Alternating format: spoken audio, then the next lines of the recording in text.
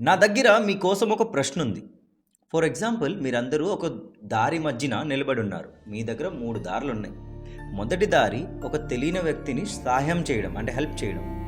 రెండో దారి మనకు తెలిసిన వ్యక్తి ఎదుగుదల చూసి జెలస్ అవ్వడం. మూడో దారి ఎవడు ఎలా పోతే నాకేంటి, నేనున్నా నా దేవుడున్నారు, నా దేవుణ్ణి పూజిస్తాను, గో విత్ ద ఫ్లో అనమాట. ఈ 3 దారిల్లో మీరు ఏ దారి సెలెక్ట్ చేస్తారు?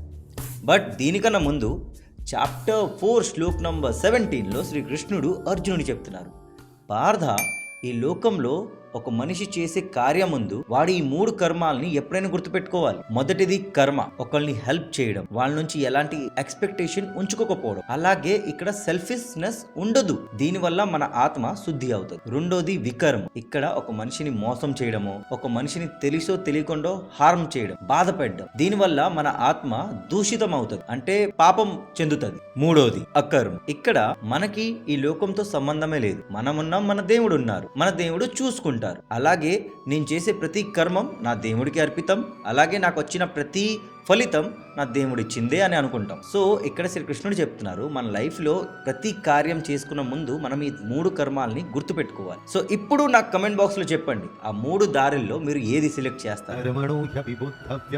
బుద్ధవ్యం చ వికర్మణ అకర్మణశ్చ బుద్ధవ్యం గహనా కర్మణో గతి.